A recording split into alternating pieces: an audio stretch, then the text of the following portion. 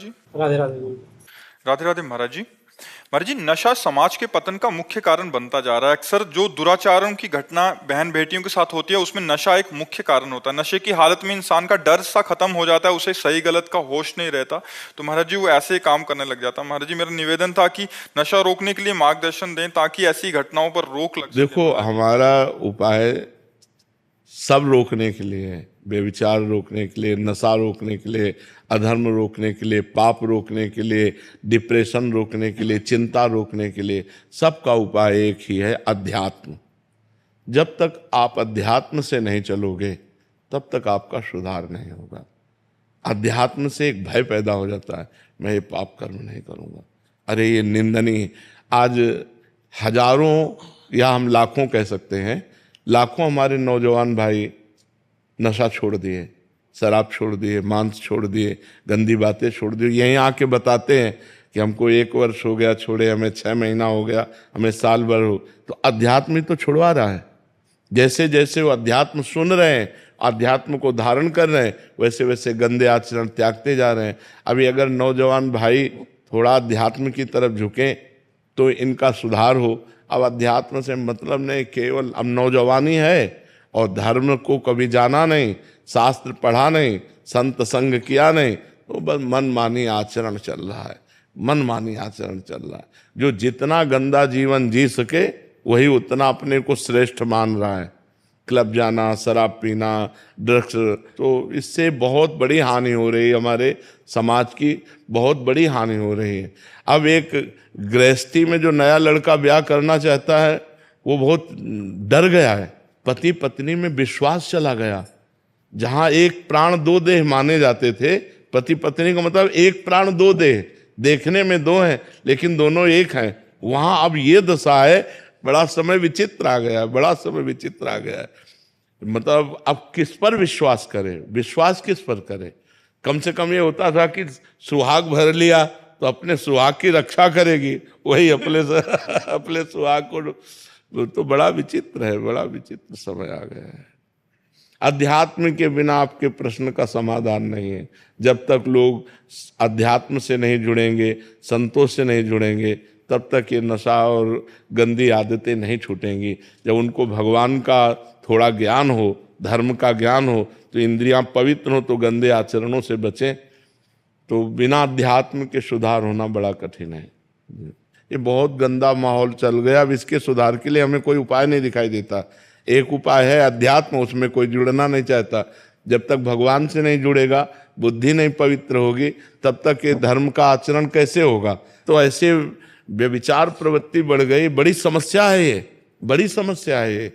कि मतलब बच्ची सही है तो बच्चा व्यभिचारी है, बच्चा सही है तो पत्नी व्यभिचारी, बड़ी समस्या आ रही है। अब इसमें जब तक दोनों सही ना हो तब तक आजीवन निर्वाह होना बड़ा कठिन है। और ये गृहस्थी के लिए अनिवार्य है। पति पत्नी में प्रेम होना गृहस्थी के लिए अनिवार्य है, क्योंकि वो तभी चल पाएंगे। और ये बड़ी समस्या हो गई कि वो उनसे प्यार करते हो, उनसे प्यार, तो हमें लगता है कि फिर ब्याह नहीं करना चाहिए। अगर तुमको जिससे प्रेम है उसी से रहो, कम से कम हत्या तो मत करो किसी की। अब आप अपने माता पिता को सुख देने के लिए ब्याह करते हैं और इसके बाद पति या पत्नी की हत्या कर देते हैं, तो जेल जाते हैं, पूरा जीवन बर्बाद हो जाता है। बड़ा समस्या है। और नए बच्चे बिना बॉयफ्रेंड गर्लफ्रेंड के अब जीना नहीं चाहते। वो बोलते हैं कि अगर हमारे गर्लफ्रेंड नहीं है तो हमें हमारे मित्र लोग नीचा दिखाते हैं। वो बोले हमारे बॉयफ्रेंड नहीं तो हमारे मित्र लोग ऐसा। ये बड़ा गलत आचरण चल गया है हमारे देश में। ये बड़ी जो नई पीढ़ी के साथ व्यसन और व्यभिचार जुड़ गया। अब बताओ, ये पढ़ाई लिखाई का समय है, उन्नति का समय है, कि ये गंदी बातों का समय है? और वो गंदे नशा करते हैं, गंदी आदतें, गंदे व्यभिचार, और फिर दिमाग खराब करके गंदा आचरण ऐसा कर बैठते हैं, आजीवन जेल या तो मर गए। यही आचरण हो रहे हैं। भावेश पांडे जी। राधे राधे। राधे राधे महाराज जी, आज का युवा आधुनिकता की दौड़ में अपनी सामाजिक और पारिवारिक जिम्मेदारियों से विमुख होता जा रहा है। वो ना तो समाज, ये हमारी चिंता का विषय, किसी का भी हो तो प्रश्न हो, ये हमारी भी चिंता का विषय। देखो, हम पहले नहीं बिना प्रश्न किए, ये हमारी चिंता का विषय है कि अब वो जंजीर खींच रहा है, वो चोरी कर रहा है। 2 लड़के आए, ऐसे गला दबाया और सब छीन छान के, क्योंकि उनको शराब चाहिए, उनको ड्रग्स चाहिए, उनको नशा चाहिए, उनको व्यभिचार चाहिए। तो अब इसके लिए अर्थ चाहिए, अर्थ के लिए चाहे हिंसा करनी पड़े, चाहे अपनी माँ की हिंसा करनी पड़े, चाहे अपने पिता की हिंसा करनी पड़े, चाहे अपने भाई की हिंसा करनी पड़े। कितने ऐसे केसेस, भाई भाई की हत्या कर रहा है, बेटा माँ की हत्या कर रहा है, पत्नी पति की हत्या, यहां तक उतर गए। जब थोड़ा भी प्रेम किसी में नहीं दिखाई दे रहा कि चलो भाई भाई का प्रेम है, पति पत्नी का प्रेम है, कहीं तो हम जिए किससे?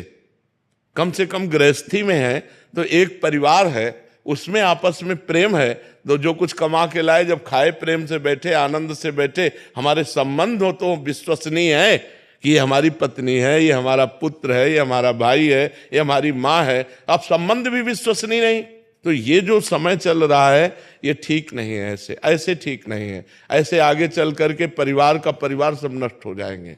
इसके लिए चाहिए विश्वास, प्रेम, और वो होता है पवित्रता से। अब पवित्रता रह नहीं रही है, पवित्रता पे कोई विचार ही नहीं कर रहा। नए बच्चों को देखो, भूत सवार है, बस कैसे रुपया मिले, कैसे नशा मिले, कैसे बेविचार मिले, बस इस पे सवार है, दिमाग इस पे सवार है। ये बिना अध्यात्म के नहीं सुधर सकता, बिना भगवान से जुड़े नहीं सुधर सकता। और भगवान से जुड़ना ये नए बच्चे चाहते नहीं, उनको संसारिकता पसंद है, तो कैसे सुधारा जा सकता है आप बताओ? बिना भगवान के, बिना धर्म के, बिना पवित्र आचरण के कैसे सुधारा जा सकता है? कोई उपाय तो हमें, कोई टेबलेट तो है नहीं कि टेबलेट खवा दिया जाए, वो तो ऐसा है नहीं। उसको तो स्वयं में जब ग्लानि होगी और स्वयं से सुधरना चाहेगा तो सुधर सकता है। हजारों लोग सुधर भी रहे, ऐसा नहीं हजारों लोग सुधर रहे, सत्संग सुनकर अपने जीवन का परिवर्तन कर रहे हैं। अध्यात्म से ही सुधारा जा सकता है, अन्य कोई उपाय नहीं। नशा, व्यभिचार, ये दो बहुत बढ़ रहे हैं, बहुत बढ़ रहे हैं। छोटे छोटे बच्चे नशा कर रहे हैं, छोटे छोटे बच्चे 12 वर्ष का एक लड़का आया था जो हस्तमैथुन का शिकार, और गर्लफ्रेंड 12 वर्ष का बच्चा।